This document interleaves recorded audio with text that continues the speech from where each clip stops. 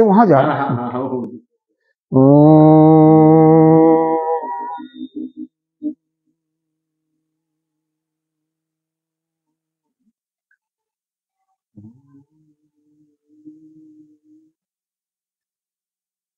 हाँ हाँ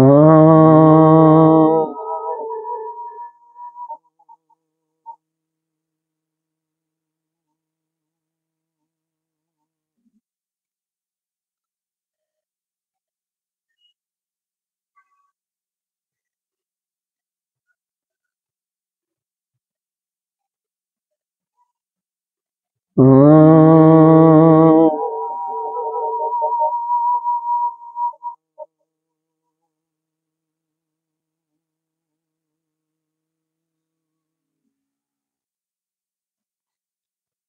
ॐ सहनावतु सहनो भुनक्तु सह वीर्यं करवावहि तेजस्विनामधीतमस्तु मा विद्विषावहि। ॐ शान्तिः शान्तिः शान्तिः।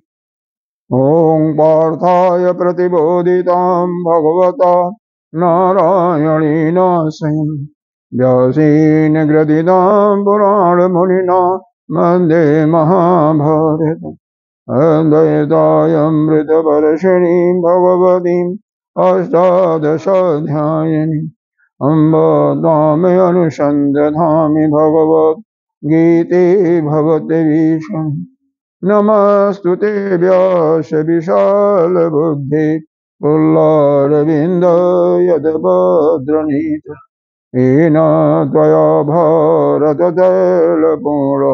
लज्जालितो ज्ञानमय प्रदीप प्रपन्नपारिजाताय पुत्रभित्रैक्यपाणे ज्ञानमुद्राय कृष्णाय गीतामृतदुहे नमः। सर्वोपनिषदु गौ दुग्धा गोपालनन्दन पार्दो वत्स सुधीरभुग्ध दुग्धं गीतामृतं महतो वसुदेवसुतं धीमं कंसचारूढमर्दन देवकी परमानन्दं कृष्णं वन्दे जगद्गुरुं भीष्मदोषतटा जयद्रथजला गान्धारनीलोत्पला शैलग्राहवती कृपेण वहनी कर्णेन भीलकुल अस्वस्थां विकर्णघोरमकर दुर्योधनवर्तिनीं सुतीर्णा खलु पाण्डैरणनदी कैवर्तकः केशव पाराशर्यवच सरोजममलं गीतार्थगन्धोत्कटं नानाख्यानककेशरं हरिकथा सम्बोधनबोधितम्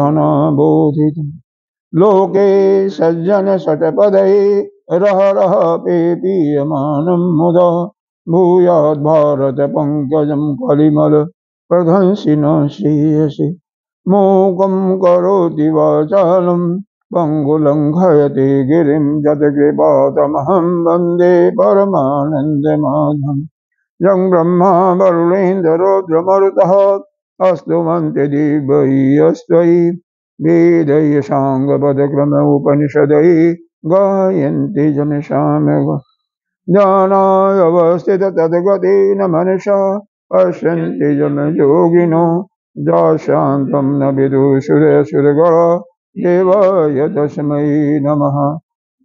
मुकुन्दमण्डलाकारं व्याप्तं येन चराचरं तदपदं दर्शितं येन तस्मै श्रीगुरवे नमः। अज्ञानतिमिरान्धस्य ज्ञानाञ्जनशलाकया चक्षुरुन्मीलितं येन तस्मै श्रीगुरवे नमः।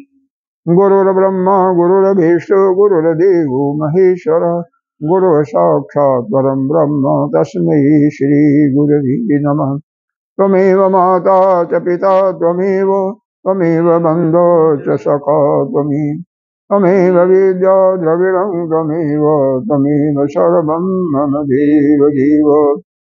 गजाननं भूतगणाधिसेवितं कपितजम्बुफलचारुभक्षणम् उमासुतं शोकविनाशकारकं नमामि विघ्नेश्वरपादपङ्कजम्।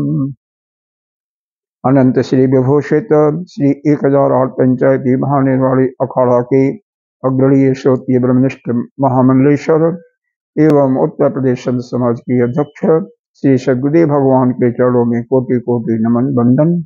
यहाँ के अधिष्ठान देव भक्तजन सबके अंतःकरण में विराजमान उस आत्मस्वरूप परमात्मा को नमन करते हैं, वंदन करते हैं। आइए 8वें अध्याय का 18वें श्लोक से पाठ करते हैं। अव्यक्ता व्यक्तयः सर्वा अव्यक्ता व्यक्तयः सर्वा। आप द को क्यों पढ़ रहे हैं? अव्यक्ता व्यक्तयः सर्वा सर्वा प्रभवन्ति हरागमी रात्रागमे प्रलीयन्ते तत्रैव अव्यक्त संज्ञके अव्यक्त संज्ञके। चलो वो भी चलेगा, ठीक। भूतग्राम स एवायम् भूता भूता प्रलीयते रात्रागमे वशः पार्थ रात्रागमे वशः पार्थ प्रभवते हरागमे। यहाँ पर 18वें अध्याय का शायद अर्थ बताया था, लेकिन वो भाष्य नहीं हुआ होगा, पता नहीं, ध्यान नहीं है मेरे को। हाँ, अव्यक्ता व्यक्तत सर्वा, इसके पीछे बताया गया था कि ब्रह्मा जी का एक दिन और एक रात्रि, एक दिन कितना होता है? 1 सहस्त्र युग के बराबर। यह चतुर्युगी कहते हैं, 1 सहस्त्र चतुर्युग के बराबर। सहस्त्र चतुर्युग में कौन कौन होते हैं? सतयुग, सतयुग को त्रेता युग भी कई बार कहते हैं, त्रेता, द्वापर और कलयुग। कलयुग का मान 4,32,000 वर्ष, इसी का दूना द्वापर का, तिगुना त्रेता का और चौगुना जो है वो हो जाता है सतयुग का। इसका मतलब यह संख्या 10 हो रही है। 4,32,000 है तो टोटल हो जाता है 43,20,000। यह एक चतुर्युग का मान। और ऐसे ही 1,000 वर्ष का ब्रह्मा का एक दिन होता है और इतनी ही लंबी रात्रि होती है। इस प्रकार से ये 360 दिन, कुछ कहते हैं 365 दिन, तो उतना लंबा एक वर्ष होता है उनका। और इस प्रकार से जब 100 वर्ष पूरे हो जाते हैं तो ब्रह्मा जी की आयु समाप्त हो जाती है। तो ब्रह्मा जी की जैसी आयु समाप्त हुई तो पूरा महाप्रलय होता है, फिर बाद में जब सृष्टि होती है तो फिर दूसरे ब्रह्मा जी आते हैं। बहुत लंबी आयु होती है इसमें। खैर, तो इसमें यह बताया जा रहा है कि यह जब ब्रह्मा जी की रात्रि होती है, जैसे सूर्यास्त हुआ ऐसे पूरी की पूरी सृष्टि जो व्यक्त अवस्था में, व्यक्त अवस्था का मतलब हमें दिखाई दे रहा था, वह उसी में लीन हो जाती है। किसमें? ब्रह्मा जी में, यानी हिरण्यगर्भ, प्रजापति, श्रोत्रात्मा, उसी को कहते हैं, उसी में वह लीन हो जाती है। और जब सुबह हुआ वैसे ही वह सृष्टि पुनः अव्यक्त हो गई थी, पुनः व्यक्त अवस्था में हो जाती है। इस प्रकार से अव्यक्त व्यक्त हमेशा चलता रहता है। दिन के जो आरंभ काल का नाम है उसको नाम दिया इन्होंने अहरागम। अहरागम दिया ना, प्रभवंत अहरागम। ब्रह्मा के दिन के आरंभ में ही यह अव्यक्त से यह प्रजापति की निद्रा अवस्था टूटने के साथ ही यह शुरू हो जाती है। और रात्रि जब होती है, रात्रि के आगमन में, रात्रि के आने पर प्रीलियंते तत्र व्यक्त संग की, वही पूरी व्यक्त जो सृष्टि थी वह क्या हो जाती है? जो फिर वह उसी में लीन हो जाती है। यह इस प्रकार से यह उत्पत्ति और प्रलय ब्रह्मा जी के प्रत्येक दिन और रात्रि के साथ चलता है। लेकिन इतना लंबा समय है कि हमें मालूम नहीं होता है कि या 43,20,000 जो समय होता है वर्ष का एक चतुर्युगी का, और 1,000 चतुर्युगी इतना समय होता है कि हमारे जैसे तो लाखों जन्म ले लेते हैं, इसलिए हम लोग को क्या पता चलेगा, कुछ हमें नहीं मालूम होता है। तो यह सृष्टि जो है यह सापेक्ष की सृष्टि है, एक दूसरे के सापेक्ष है। तो हमारे सापेक्ष से यह ब्रह्मा जी यह है अमर है, और जिसको अमरत्व का वरदान मिलता है बस एक कल्प का मिलता है। ब्रह्मा जी के साथ में यह जो एक कल्प होता है, एक दिन, उसके बाद वह लीन हो जाते हैं, फिर दोबारा नहीं उत्पन्न होते हैं। हाँ, तो मतलब ऐसा नहीं है कि हमेशा के लिए कोई होता है, इतना ही, लेकिन बहुत वर्ष होता है। इसका भाष्य, यह देखो सीधी बात है कि यह अव्यक्त और व्यक्त है, यह सृष्टि निरंतर चलती रहती है। निरंतर कैसे?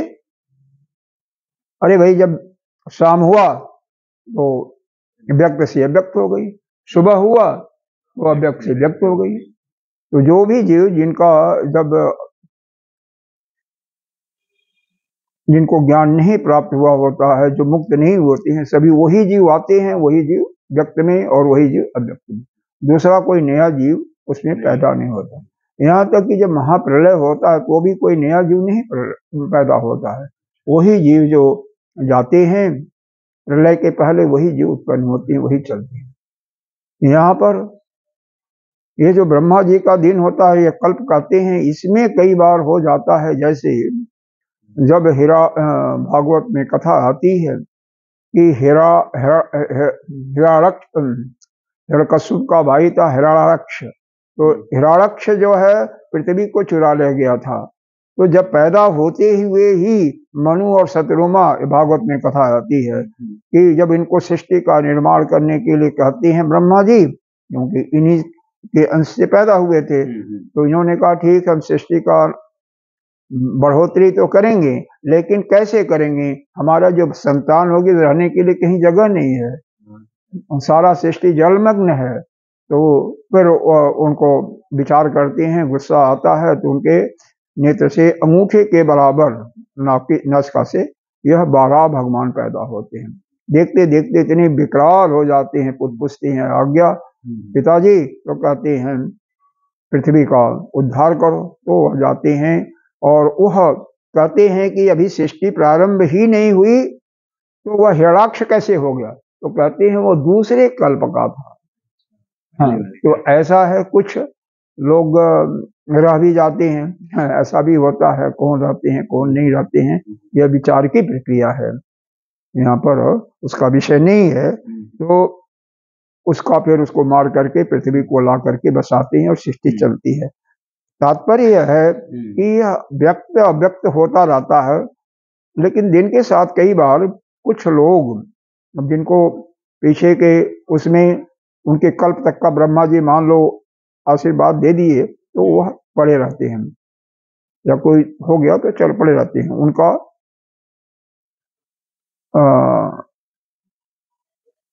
उनकी मृत्यु या उनका पूरा इस व्यक्त अवस्था में अव्यक्त अवस्था में नहीं आते, ऐसा हो जाता है कुछ लोगों के साथ में। तो अव्यक्ताद का मतलब यह तो सृष्टि का बात हो गई, और यही जब रात्रि हो जाती है तो सभी उसी ब्रह्मा में ही लीन हो जाती है। जो सृष्टि अभी चल रही है, जितने भी लोग दिखाई दे रहे हैं, वस्तु व्यक्ति जानवर आना प्रकार के, जैसे ही ब्रह्मा जी की रात्रि होगी सब उसी में लीन होगी, सवेरा होगा फिर सभी प्रकट हो जाएंगे। तो यह अव्यक्त व्यक्त का धंधा हमेशा चलता रहता है, शुरू से अंत के धंधा चल ही रहा है। ठीक है, कैसे चलता है इसके उदाहरण में समझें तो समुद्र ले लें। समुद्र में क्या है, लहरें चलती हैं, समुद्र देखा होगा, गए हो कि नहीं, देखे हो, तो वहां पर लहरें उठती हैं और क्षण भर में वो लहरें समाप्त हो जाती हैं। और लेकिन अगर पानी के दृष्टि से देखो तो पानी हमेशा का पानी ही रहता है। तो यह लगातार उसमें व्यक्त और अव्यक्त चलता रहता है, यानी प्रलय और उत्पत्ति चलती रहती है समुद्र की लहरों के साथ में। तो उसी प्रकार से यह सृष्टि का निर्माण है। अगर पानी के दृष्टि से देखोगे पानी में, तो आपको उसका पता नहीं चलेगा, यह जो समुद्र की लहरें जो उड़ती हैं और समुद्र के बारे में आपको नहीं पता होगा लगेगा। अगर समुद्र के दृष्टि देखें तो पानी का और इसका लहरों का नहीं मालूम होगा, तो किस दृष्टि से देखते हैं उस दृष्टि के ऊपर यह निर्भर करता है। अच्छा, अब इसके बाद भाष्य में देखेंगे तो अव्यक्तात् का तो अव्यक्त प्रजापति स्वपावस्था तस्मात् अव्यक्तात्, इसमें ब्रह्मा के आरंभ काल के ही ब्रह्मा के प्रबोध काल में व्यक्त से इसका संज्ञा दिया। एक बात और देख सकते हैं, अपने अंदर भी देखेंगे तो जब भी आप गहरी निद्रा में जाते हैं तो अव्यक्त से व्यक्त में चले जाते हैं, अरे व्यक्त से अव्यक्त में चले जाते हैं। जब नींद टूटती है तो व्यक्त से अव्यक्त में आ जाते हैं। तो यह हमेशा नित्य निरंतर यह प्रलय आपके अंदर होता रहता है। इसी प्रकार से समाधि वालों के लिए ही जब समाधि में जाते हैं तो जगत उनके लिए प्रलय हो जाता है, और जब पुनः आते हैं वापस समाधि से तो पुनः सृष्टि व्यक्तावस्था में आ जाती है। तो यह नित्य क्रिया चलती रहती है। व्यक्तियों का मतलब दिया व्यजन्ते इति वक्तव्य, अस्थावर जंगम लक्षणा, जितने भी अस्थावर जंगम हैं सभी लोग, चाहे वृक्ष हैं, चाहे व्यक्ति है, चाहे चींटी है, कोई भी है, सभी लय हो जाती है। सर्वा प्रजा का मतलब प्रजा प्रभवंती, प्रजा प्रभवंती का मतलब अव्यंजंती।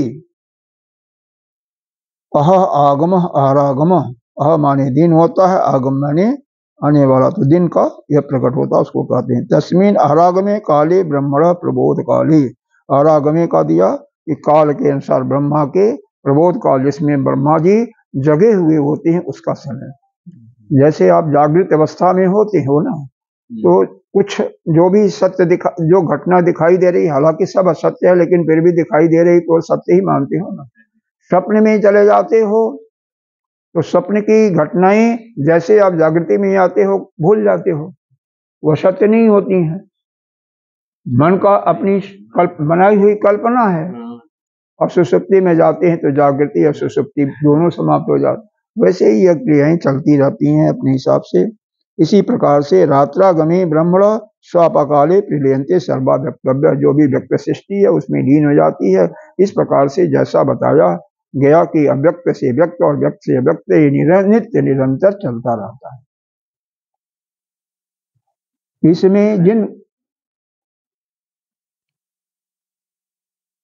अकृत अभ्यागमं कृत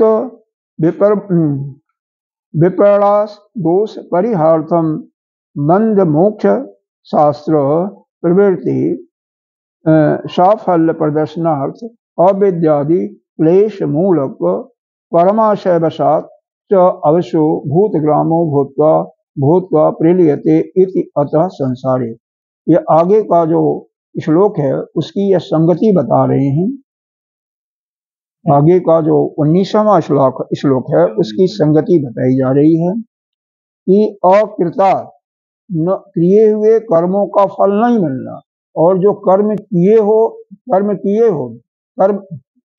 किए हुए न कर्मों का फल मिलना, और जो कर्म किया उसका फल नहीं मिलना, दोनों बातें। एक तो कर्म आपने नहीं किया फल मिल गया, ये समझ में आ रही है, और जो आपने कर्म किया उसका फल नहीं मिला, दोनों अलग अलग बातें हो गई ना। तो उनकी बातें हो रही हैं।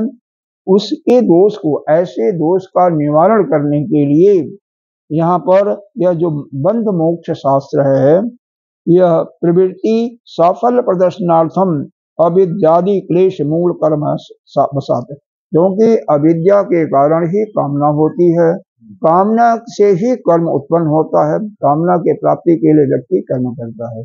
दो प्रकार का व्यक्ति कर्म करता है शुभ कर्म में, या तो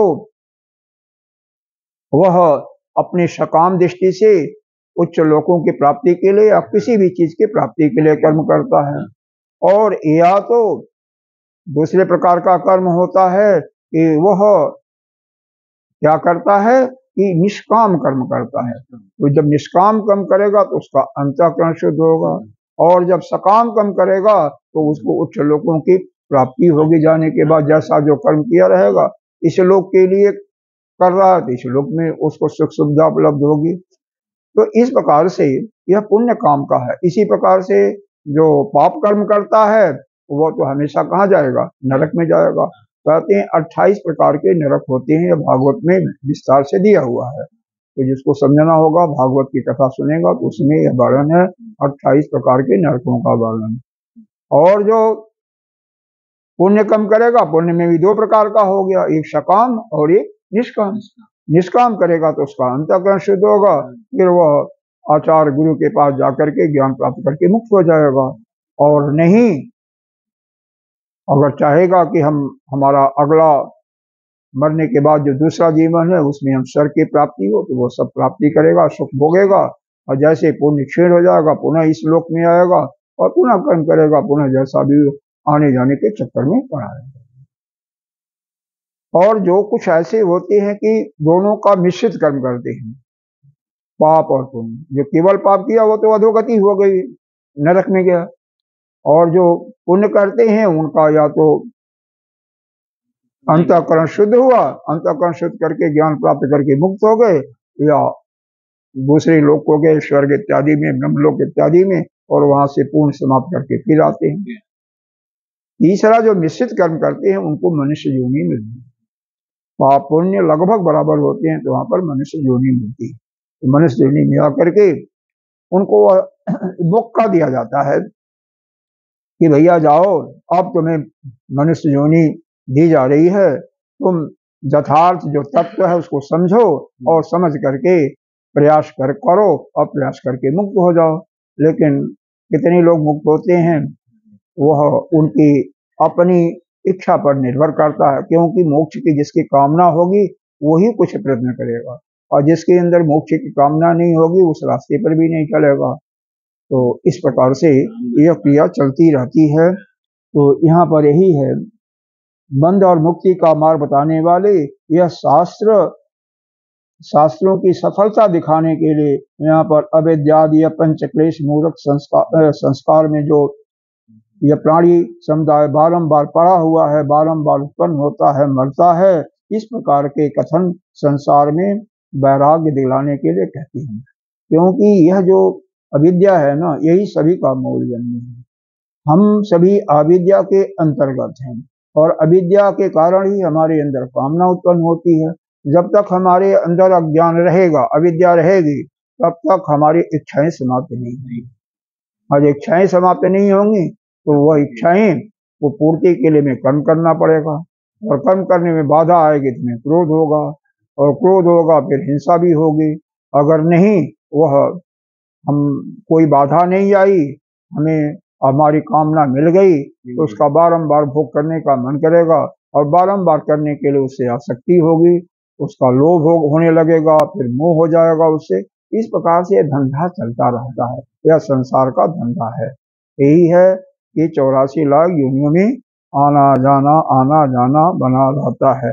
इस पर एक दृष्टांत से इसको समझ सकते हैं कैसे होता है। जैसे मान लो एक कोई महल है, वहां पर 84 लाख कैसे हैं वहां पर 84 लाख कोष कहेंगे तब तो फिर बड़ा मुश्किल हो जाएगा। इसको 84 परख भी नहीं कर सकते हो। इसको मान लो 84 लाख पैर ही मान लो, पैर ही पग मान लो, या कट्ठा मान लो। 84 लाख कट्ठे का वो उसका परिधि है यहाँ से चारों तरफ, लेकिन उसमें एक ही दरवाजा है, पतला सा दरवाजा है। तो जब आग लगने की खबर होती है, उसमें सत्संग या कोई कार्यक्रम चल रहा था, तो सभी लोग अपना अपना जान बचा करके भागते हैं। उसमें एक अंधा व्यक्ति होता है, हाथ में डंडा है, और वह दीवार पर कैसे जाए, भागे। तो किसी सज्जन मिल गए, कोई सज्जन, उनको दीवार पकड़ा देते हैं एक हाथ से, कहते हैं देखो इस दीवार का सहारा ले करके जाओ, और जैसे ही दरवाजा आएगा, छोटा सा दरवाजा है, ध्यान रखना, तैसे ही आप आगे निकल जाना, तो आप आग से बच जाओगे। अब वह व्यक्ति जैसे जाता है, हाँ, निकलने के लिए दरवाजे से, जैसे दरवाजे के पास पहुंचता है, उसके नाक में खुजली आ गई, जैसे हम लोगों को भी होती रहती है, या पीछे गर्दन पर आ गया। एक हाथ पीछे गया, एक हाथ वहां पर है, तो वह जब एक हाथ से खजला रहा है, एक हाथ से डंडा पकड़ा हुआ है, तो दरवाजा निकल जाता है तब तक जब तक वो हाथ बढ़ाए। तो इस प्रकार से वह चक्कर फिर दोबारा लगाता है और उसी चक्कर लगाने में फिर वह मर जाता है बेचारा, आगे अग्नि से जल जाता है। इसी प्रकार से हम लोग हैं कि हमें अपने कल्याण के लिए यह भगवान ने एक सुंदर, बहुत ही सुंदर, उत्कृष्ट मौका दिया है। साधना दे दी कि हम मुक्त हो जाएं, लेकिन नहीं, जब हमें कुछ कोई न कोई ऐसा मन के अंदर ये जो कामनाएं हैं, इच्छाएं हैं, ऐसी आ जाती हैं कि हम उसी में दलदल में बारंबार फंसे रहते हैं और इस 84 लाख दुनिया से हम उस अंधे व्यक्ति के माफिक निकलने में असफल हो जाते हैं, नहीं निकल पाते ना। तो इसी के लिए खैर, तो यह संसार में, संसार से आपको वैराग हो जा और उससे आप बाहर निकल जाओ, उसी के लिए अगला श्लोक 19वां श्लोक। अब कितना आपको वैराग होगा, आपको मतलब सभी को, आपको किसी पर्टिकुलर आदमी के लिए नहीं है, हमारे आप सभी के लिए। इसके लिए बताते हैं, भूतग्राम स इवायं भूतग्राम स इवायं इवायं भूत्वा भूत्वा प्रलीयते रात्रागमे वशः पार्थ प्रभति अहरागमे।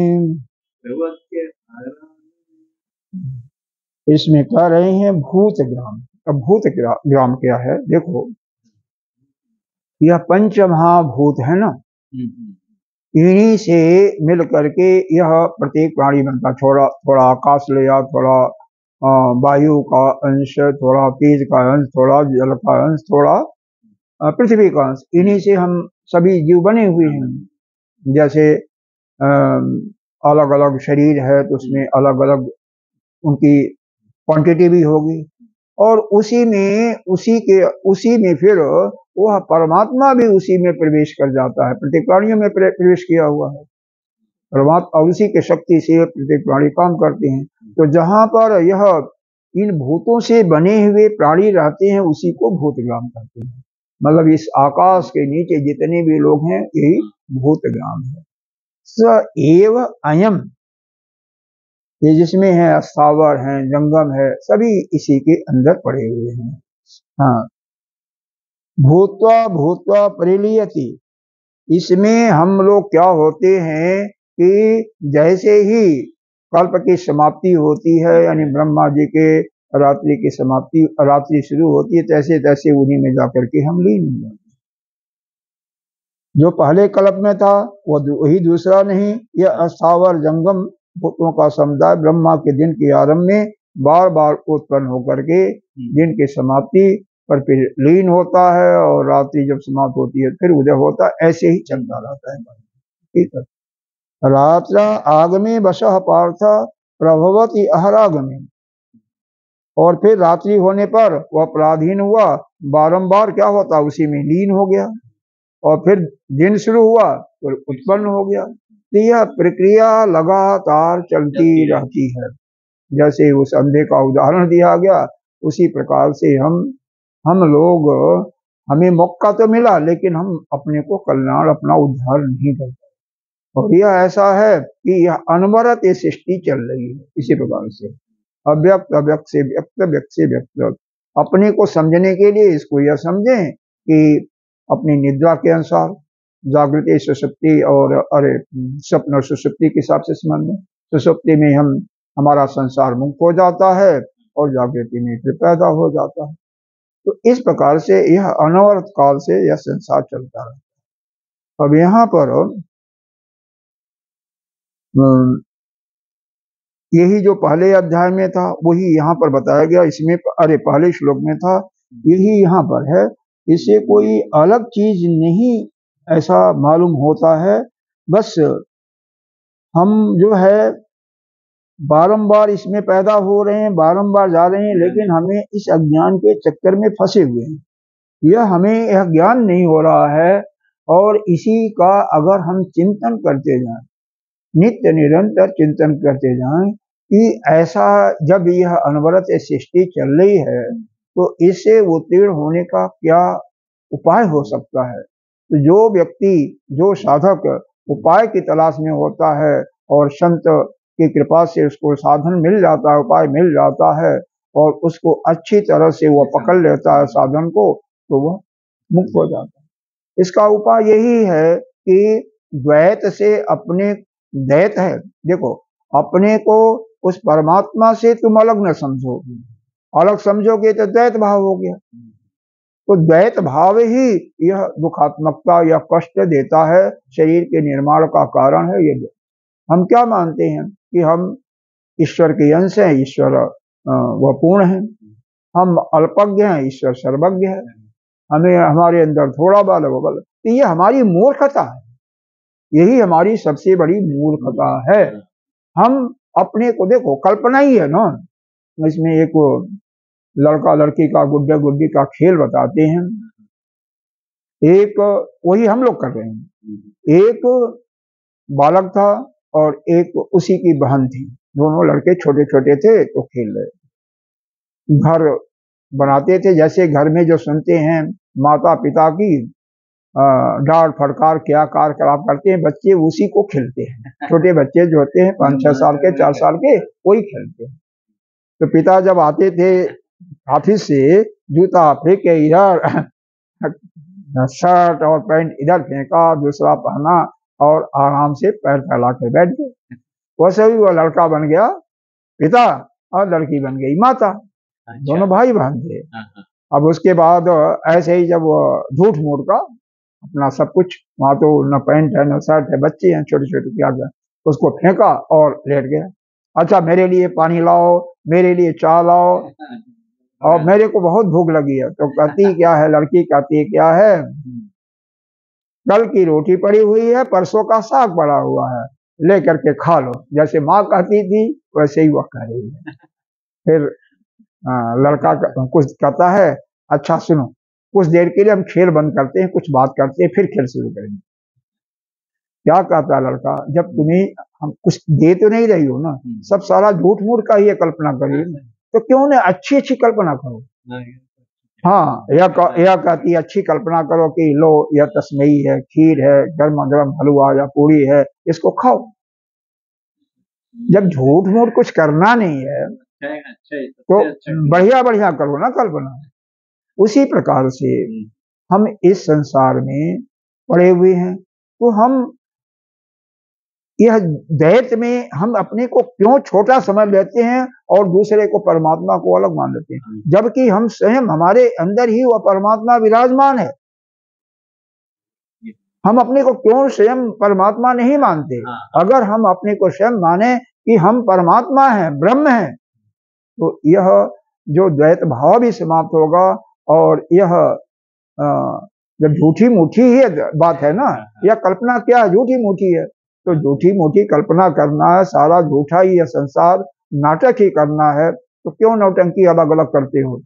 नौटंकी कभी करते हो कि मैं ऑफिस में काम करता हूँ, हम एक कर्मचारी हूँ, कभी कहते हो नहीं एक पिता हूँ, कभी कहते हो मैं डॉक्टर हूँ, कभी कहते हो मैं रसोइया हूँ, कभी कहते हो बन जाते हो गाड़ी चलाने वाला ड्राइवर।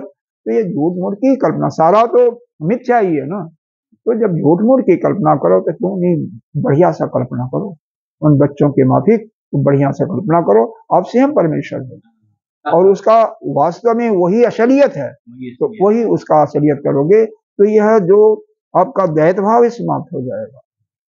वही करोगे कि सभी आपके अंदर ही हैं, आप ही ब्रह्म हो और सारी सृष्टि आपके अंदर समाई हुई है। ऐसा सुंदर कल्पना करो जिससे आपका द्वैत भाव समाप्त हो जाए और आप जो है फिर क्या होगा, फिर यह जो संसार है ना आपके लिए अदृश्य हो जाएगा।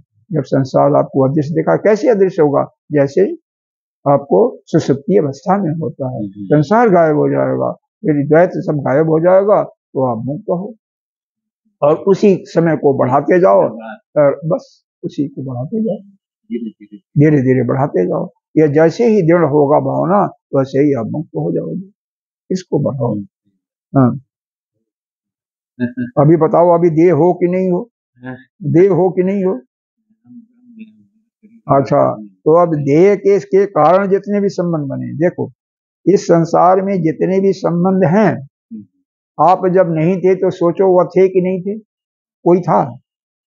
चाहे आपकी पत्नी, जब आप आए तो उस समय कोई नहीं था, ना पत्नी थी, न बच्चे थे, न घर था, न कोई था, कुछ और कहीं रहा होगा। हाँ, कोई नहीं था ना, तो फिर वो आपके संबंधी कैसे हुए? यही विचार करना ना,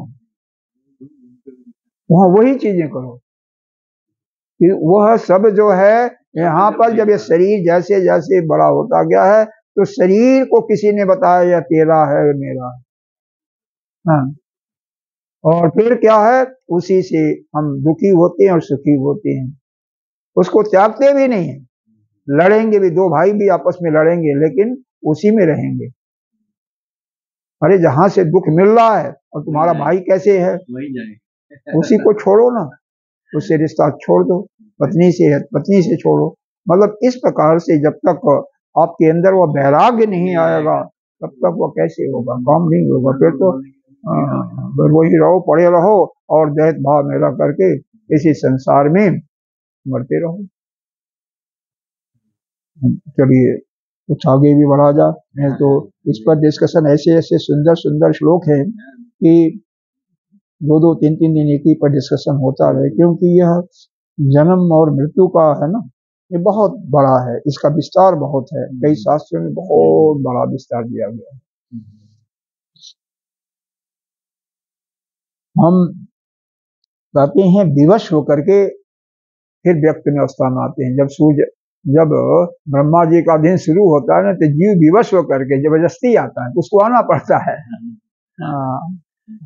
अब आइए, इसकी संगति है अगले श्लोक की।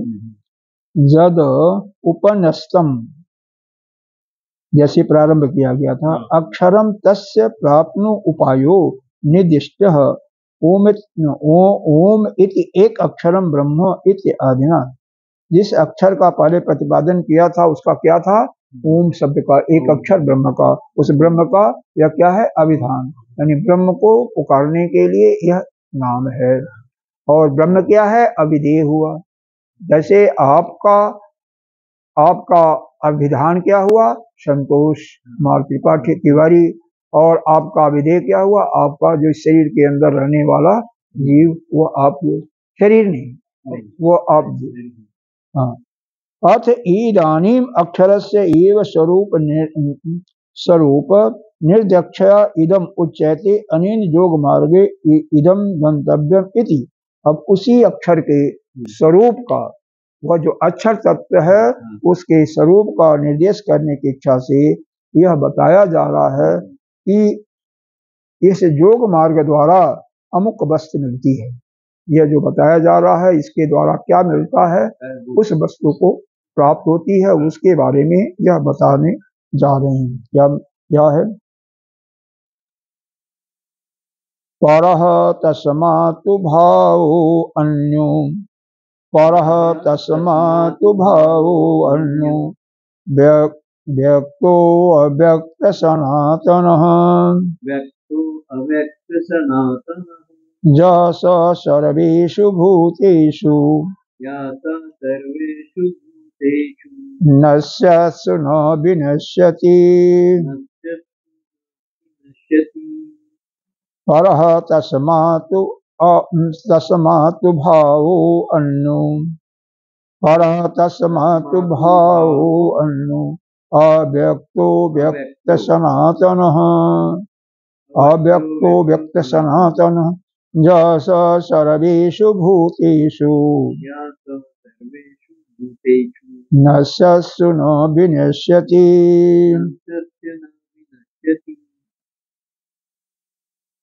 क्या कह रहे हैं कि परः तस्मात्, यह तू शब्द आया, परः तू तस्मात्, तस्मात् तस्मात् तू, परः तस्मात् तू। यह तू शब्द जो है उस अक्षर की उस प्रभोग अव्यक्त से विलक्षणता दिखाने के लिए, मतलब अक्षर ब्रह्म अलग है, तुम अलग हो, ठीक है। भिन्न, उससे भिन्न दिखाने के लिए प्रयोग होता है। परो माने यहाँ पर दिया हुआ है व्यतिरिक्तो भिन्न, अलग। कोता माने तस्मात् पूर्वक, शब्द अक्षर से विविक्षत से अव्यक्तात् वैलक्षण व्यर्थम भाव अक्षर अक्षम परम ब्रह्म। कह रहे हैं परः तस्मात् भावो अन्यो अव्यक्तो व्यक्त सनातन, वह जो सनातन रूप से ब्रह्म है, क्या है यह, वह जो सनातन जिसको कहा जा रहा है वह क्या है, वही अक्षर तत्व है। सनातन क्यों कहा गया कि वह अनादि काल से चला आ रहा है। वह जो ब्रह्म है वह अनादि काल से, जिसका काल का सीमा नहीं है। हाँ, प्रलय के समय भी रहता है वह, और जब सृष्टि प्रकट होती तब भी है, सृष्टि के मध्य में है, आदि मध्य और अंत में भी वही रहता है। ठीक है, यही भागवत में भी अहम अग्रे समान। हाँ, तो हर समय वह रहता है, उसका कहीं अभाव नहीं है। तो अव्यक्त सनातन, वह सनातन, वह जो सनातन है ना, उसी के लिए कहा गया है। अक्षर नामक जो परमात्मा है वह कितना भिन्न है, किससे, अव्यक्त से। न वह अव्यक्त होता है, वह न व्यक्त के रूप में उसको आप पहचान नहीं सकते है ना। हाँ, वह तो अव्यक्त होता नहीं, सकता ही नहीं। पर तस्मात् भावो अन्यो, क्योंकि वह इस जो सृष्टि है, सृष्टि में क्या हो रहा है, एक जगत है और एक जीव है। जगत है और जीव है, तो यह जगत और जीव से, दोनों से वह भिन्न है, दोनों से अलग है, अलग है। अगर जो अलग मानता उसके लिए अलग है, और जो ज्ञानी हो जाता है वह जगत उसके लिए मिथ्या हो जाता है, और जीव के रूप में वह ब्रह्म ही है, क्योंकि वह ब्रह्म ही जो है जीव के रूप में भी है और जगत के रूप में प्रतीति इसकी हो रही है। इसलिए दोनों बातें हैं। अगर हमारे अंदर अज्ञान भरा हुआ है, अविद्या भरी हुई है, हमें वही परमात्मा हमसे अलग मालूम होता है। लेकिन जिस समय हमें हमारे अंदर ज्ञान का सृजन हो गया, ज्ञान का प्रकाश हो गया, तो वह हमसे अलग नहीं है, बल्कि हम वही सनातन ब्रह्म है। तो यह, इसका अर्थ बहुत गंभीर है वैसे। हाँ, क्योंकि वह जो है, अब भिन्न कैसे, अब भिन्न अगर कह रहे हैं तो कैसे, क्योंकि वह इंद्रियों से हम उसको देख नहीं सकते, मन बुद्धि से उसको जान नहीं सकते, इसीलिए अव्यक्त भाव है। और दूसरा, हमेशा विलक्षण रूप है, स्वरूप है उसका। तो हम वह जो है, अब उसको परोक्ष नहीं कर सकते और प्रत्यक्ष भी नहीं कर सकते। प्रत्यक्ष कहेंगे तो सामने जो एक्चुअली क्या केन उपनिषद में आया है, जह विज्ञातम तत् अल्पम मृत्युम दुखात्मकम च हेयम अयम अस्य च हेयम। जो हमें जानते हैं, जो हमारी जानकारी में आता है, प्रत्यक्ष होगा तभी जानकारी में आएगा, वह क्या है, वह अल्प, थोड़ा ज्ञान है। वह मृत्यु, वह मरने वाला है और दुख को देने वाला है, इसलिए वह घृणा का पात्र है। तो वह परमात्मा इस प्रकार से तो है नहीं, वह घृणा का पात्र बन नहीं सकता, वह मरने वाला है नहीं, वह अल्प नहीं है, इसलिए वह प्रत्यक्ष नहीं हमें मालूम पड़ सकता। और परोक्ष कहें, परोक्ष माने हमसे अलग बिल्कुल, तो वो भी करके एक प्रकार का वहां पर दोष आ जाता है। वास्तव में परमात्मा क्या है, ब्रह्म हम ही हैं, हमारे अंदर ही है ना, लेकिन हम भटकते क्या है दुनिया में। जब तक आप अपने अंदर नहीं जाओगे, कितना भी भजन करो, कितना भी उसका पूजा पाठ करो, कितना भी योग साधना करो, लेकिन उसको प्राप्त, उसका अनुभव आपके अंदर नहीं है। अनुभव होगा तो आपके अंदर ही होगा, क्योंकि आप उसका बाहर अनुभव, आपकी प्रतीति हो रही है किसी मूर्ति में है, तो वास्तव में है तो सही, सर्वत्र है, लेकिन आपके अंदर भी तो है। तो अपने अंदर क्यों नहीं झांकते, अपने अंदर झांको, आपके अंदर ही तो है। जो अपने अंदर है वह जल्दी आपको मिलेगा।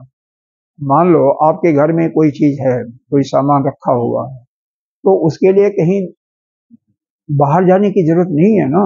जैसे उसकी आवश्यकता हुई तुरंत उस स्थान पर गए, नहीं याद आया तो थोड़ा सोचे, तो याद आ गया तो वहां पर गए, वो मिल गया। अगर जो आपसे बाहर होगा तो उसके लिए तो प्रयत्न करना पड़ेगा ना, पैसे भी चाहिए, जाना भी पड़ेगा, फिर आना पड़ेगा, एक डेढ़ बार में फिर कहीं मिलेगा वो। लेकिन उसी प्रकार से ये परमात्मा आपके अंदर ही है। जैसे वह सामान बाहर दुकान में भी है, उसी प्रकार से यह भी, ये तो बाहर दुकान में सर्वत्र है, लेकिन आपके अंदर ही है। इसलिए वह ब्रह्म को ये जाओ, वह न तो कभी अव्यक्त न व्यक्त, वो तो हमेशा रहने वाला है। वो व्यक्त से अव्यक्त नहीं होता, व्यक्त से अव्यक्त यानी एक बार आया एक बार गया, ऐसा नहीं है। वह तो सनातन है, हमेशा अनादि काल से चला जा रहा है। सहज सर्वेषु भूतेषु, वही सभी प्राणियों में है। नश्यतु न विनश्यति, वह प्राणियों का नाश होने पर भी उसका विनाश ही नहीं होता। इसी प्रकार से आप अपने स्वयं को समझो कि हम ही जो हैं, सभी प्राणी में हम ही हैं। भाई अपने को आप ब्रह्म समझोगे तो आप ही जो है सभी प्राणियों में। जैसे उस सनातन का अक्षर तत्व का नाश नहीं होता, उसका हमारा भी नाश नहीं होता। यही आपको समझ, यही समझना पड़ेगा। और जो इसको समझ लेता है वही दैत भाव से अद्वैत में चला जाता है। देखो, अगर इस संसार में चूंकि हम हमेशा जाती, किसी भी घटना का हमारे मन पर कोई प्रभाव न पड़े, उससे हमारे पर कोई मन पर विक्षिप्तता न हो, तो इसका समझो, इसका मतलब समझो आप अद्वैत भाव में हो। जैसे द्वैत भाव में आपकी एक अंगुली, अंगूठे को क्या कहीं शरीर में खजुलाहट हो रही, इसको खजुला रही है, खजुलाहट हो रही है, मान लो यहाँ खजुलाई हो रही है, यहाँ पर हो रहा, तो इससे खजुलाओगी, ठीक हो जाएगा कुछ देर के बाद। या पीछे हो रहा तो वहां पर हाथ चला जाएगा, खजुलाओगी। तो वास्तव में यहाँ पर आपको यह अनुभव नहीं होगा, आप धन्यवाद तो नहीं दोगे ना अंगुली को या हाथ को, क्योंकि आप ही हो, अलग नहीं है। न तो अंगुली अलग है और न तो अगर हाथ से करे पूरा हाथ यहाँ पर खजुला रहे तो हाथ अलग है, एक ही है। उसी प्रकार से आप जो है, ये जितने भी प्राणी हैं उसके अंदर आप ही हो, वह सभी अलग नहीं है। तो यह जो हमारी दृष्टि होती है ना, वही हमें दैत भाव में ले जाती है। हमारी दृष्टि यदि हो जाए कि हम ही पर ब्रह्म हैं, यही सुबह के टाइम में भी यही चल रहा है कि हम ही अक्षर तत्व हैं, हम नष्ट होने वाले नहीं हैं। लेकिन जब तक हमारे अंदर जीवत्व रहेगा, जीव भाव रहेगा, तब तक वो नहीं हो पाएगा। और कब तक रहेगा? जब तक हमारे अंदर अविद्या रहेगी। क्योंकि अविद्या रहेगी, अज्ञान रहेगा, और अज्ञान कैसे दूर होगा? अज्ञान को दूर करने का ही है नित्य प्रति सत्संग सुनना। लेकिन उसके साथ साथ हमें अंतःकरण को भी शुद्ध करना पड़ेगा। सत्संग से अंतःकरण शुद्ध होता है, मलिनता होती है, लेकिन जब तक धीरे धीरे समय लगेगा ना, समय लगेगा, जब वो मल साफ हो जाएगा, पाप क्षीण हो जाएंगे। इसीलिए उस प्रभु का भी ध्यान निरंतर, जब तक यह नहीं होता तब तक आप उससे जब तक अलग महसूस कर रहे हो, तो नित्य निरंतर उसका चिंतन करते रहो, उसका जाप करो मन से, और बुद्धि से यही चिंतन करो कि हम तो वही ब्रह्म है। तो जल्दी आपकी समाप्ति होगी। अब यहाँ पर भाष्य में तू शब्द का अर्थ दिया अक्षर से विविक्षत से व्यक्तात् लक्षण प्रदर्शनार्थ, केवल उसका लक्षण प्रदर्शन करने के लिए अव्यक्त का दिया गया है। अक्षर ही परम ब्रह्म है। सती का मतलब होने पर, व्यतिरिक्त तत्वे सती अपि सा लक्षण प्रसंग अस्ति तद्य निव्यर्थम आह, मतलब यह जो भिन्न होने पर किसी प्रकार की समानता हो सकती है, इसी शंका को निवृत्ति करने के लिए कहते हैं कि वह इंद्रियों से न तो प्रत्यक्ष है अव्यक्त भाव, और न तो दूसरा है, अर्थात वह हमेशा विलक्षण है, हमेशा विलक्षण है। अब यहाँ पर अभी इसका भाव और रहेगा निचले रंग का, परा तस्मात, इसलिए इसका समापन कर रहे हैं।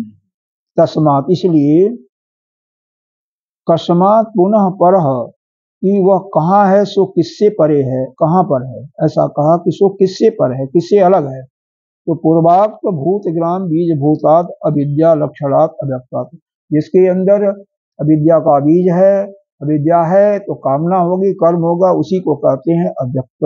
सनातन का कहते हैं नित्य निरंतर स्वभाव सर्वेश भूतेश ब्रह्मादेश नश्यन्ति। वो सभी प्राणियों में नाश होने पर भी उसका नष्ट नहीं होता, यानी महाप्रलय होने पर भी वह नष्ट नहीं होता। अब इसी चीज को अगले इस श्लोक में और स्पष्ट कर रहे हैं। अव्यक्तो अक्षरः अव्यक्तो अक्षरः इति युक्तः आहुः नहीं अव्यक्तो अक्षरः इति अक्षरः इति युक्त करो। अव्यक्तो अक्षरः इति युक्तः तम आहुः परमां गति जम प्राप्य न निवर्तन्ते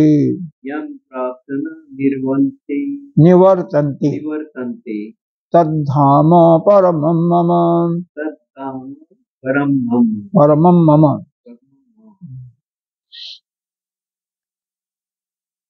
अव्यक्तो अक्षर, यह जो अक्षर तत्व बताया गया है वह अक्षर ऐसा कहा गया है।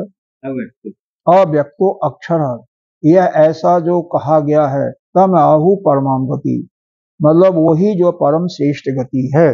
तम आहु मतलब आहु माने कहा गया है। तत् इत ऐसा जो पहले कहा गया है वही हमारी जीव की परम गति है। अव्यक्त अक्षर मतलब वह अक्षर तत्व ही।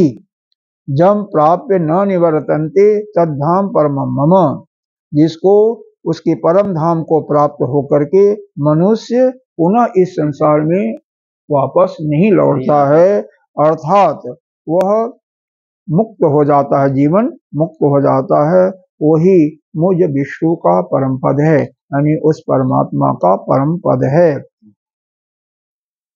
तो अव्यक्तो अक्षर इति युक्तः माहु परमाम गति। अब इसको कैसे समझेंगे आप? ज प्राप्त न निवर्तन्ते तद्धाम परमं मम। इसको भी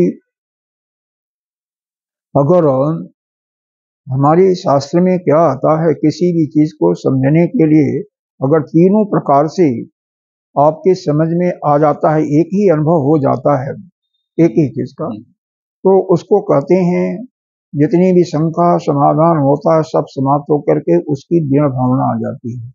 तो परमात्मा की दृष्टि से समझें। एक तो श्रुति माँ ने जो कहा है ऐसा बताया गया, हमने कई बार बताया है। तो श्रुति माँ ने कहा गया है और आपके आचार्य ने अपने अनुभव से कहा गया है, जुक्ति के बल पर। और तीसरा आपका अनुभव क्या है, आपका अनुभव क्या, अपना अनुभव क्या। तो यहाँ पर श्रुति के रूप में भगवान को मान लीजिए। भगवान क्या कर रहे हैं, क्योंकि यह जो वाक्य है ना, यह श्लोक है ना, भगवान अर्जुन को बता रहे हैं, दूसरा कोई नहीं कह रहा है। हाँ, अव्यक्तो अक्षर इति युक्तम आहु परमाम गति। यह जो परमात्मा स्वयं कह रहे हैं कि वह अव्यक्त अक्षर तत्व है, और जिसको कोई पा करके परम गति जिसका हो जाता है, कोई भी जीव उस परम अक्षर, उस अक्षर तत्व को प्राप्त कर लेता है तो उसकी परम गति हो जाती है। यह तो परमात्मा कह रहे हैं ना। अब इसको अनुभव करके जब प्राप्त न निवर्तन्ते तद्धाम परमं मम, जो उनके धाम को प्राप्त हो जाता है पुनः उसका लौटना नहीं होता है। हाँ, इसको इसी प्रकार से समझें कि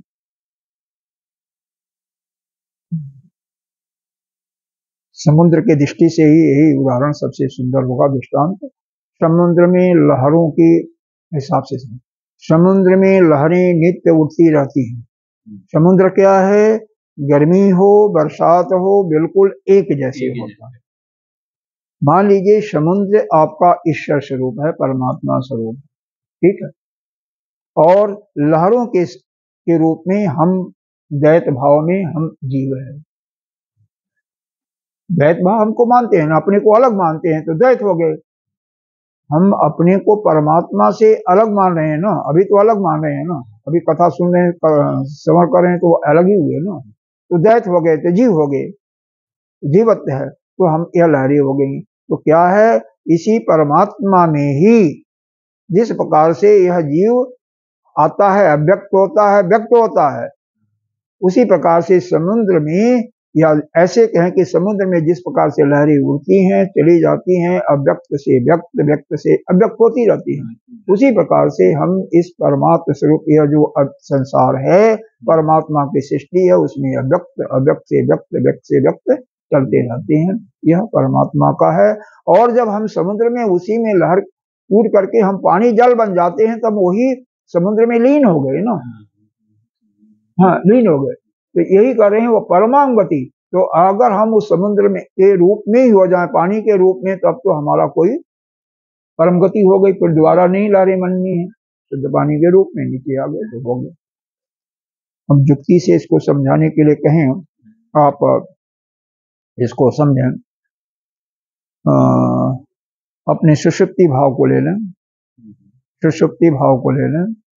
सुषुप्ति भाव को लेने के बाद आप यह कर सकते हैं, जब हम जागृत अवस्था में होते हैं तो नाना प्रकार के दृश्य दिखते रहते हैं, उनमें अपना खेलते रहते हैं, भ्रमण करते रहते हैं कि यह मेरा है, तेरा है, ये दुनिया भर का भाव बनता है।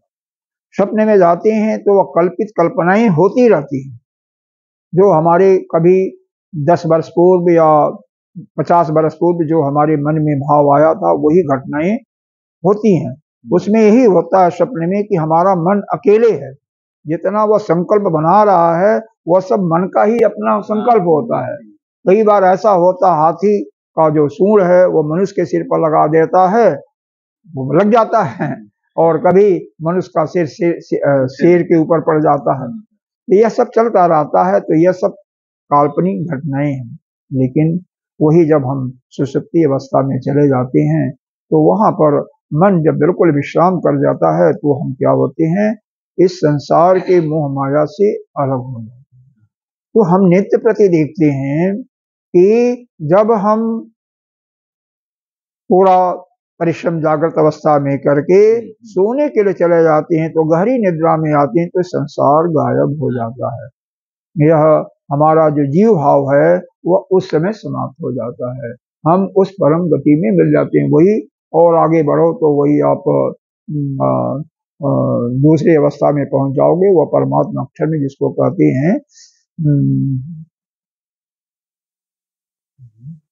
क्या कहते हैं, निर्विकल्प समाधि की बात आ जाती है। लेकिन यहाँ पर चौथी अवस्था जो है जागृत, स्वप्न, सुषुप्ति, और सुषुप्ति के बाद वह उसका नाम नहीं आ रहा है,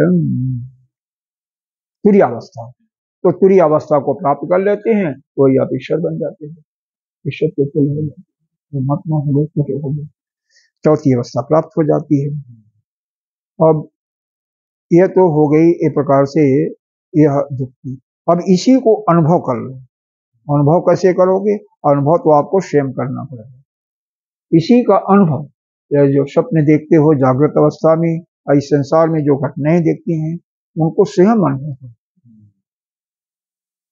अनुभव करके ये जो सम का समाधान इससे होता है उसको अपने को अलग करो, दूर करो, और आप इस परमात्मा से एक हो जाओ।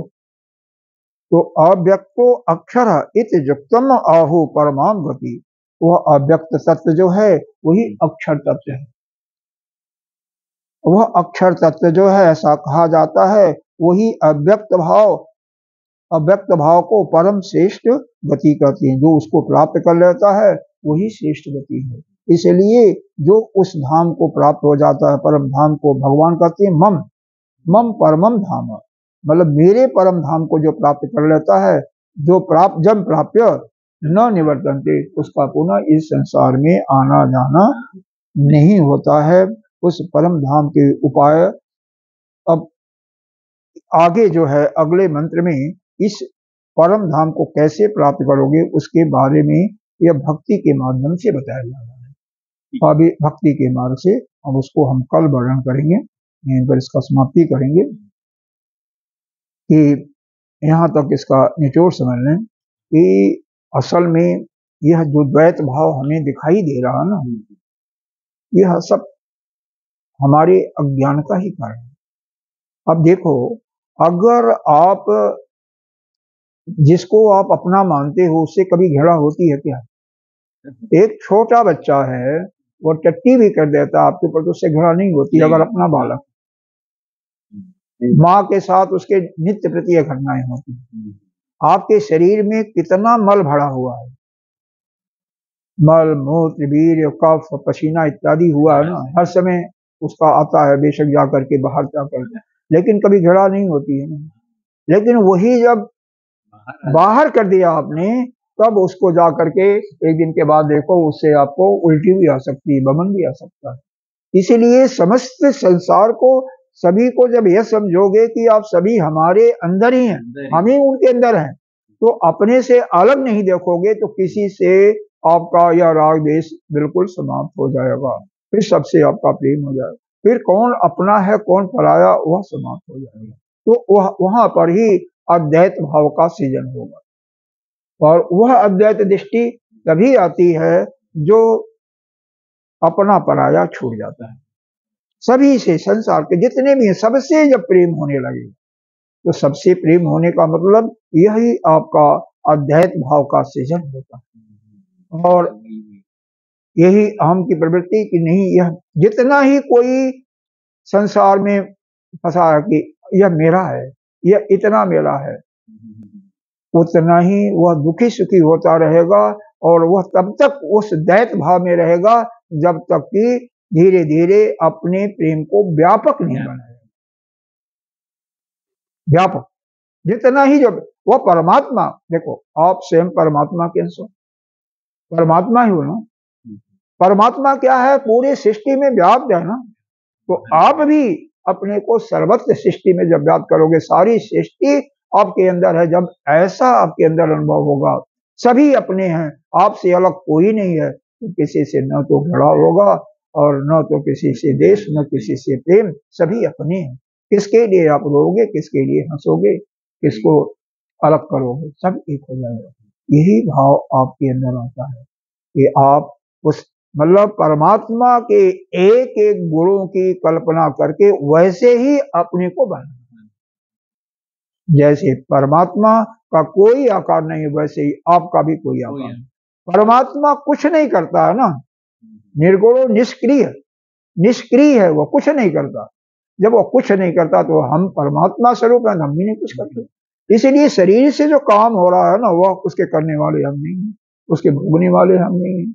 ऐसा दृष्टि आएगा तो जीवित भाव समाप्त हो जाएगा, फिर दर्शन। चलिए इसी शब्दों के साथ हम समाप्त करते हैं। कोई अगर शंका होगा तो पूछिए, इसको अध्ययन कीजिए। ओम पूर्णमिदः पूर्णमिदं पूर्णात् पूर्णमुदच्यते पूर्णस्य पूर्णमादाय पूर्णमेवावशिष्यते। इसको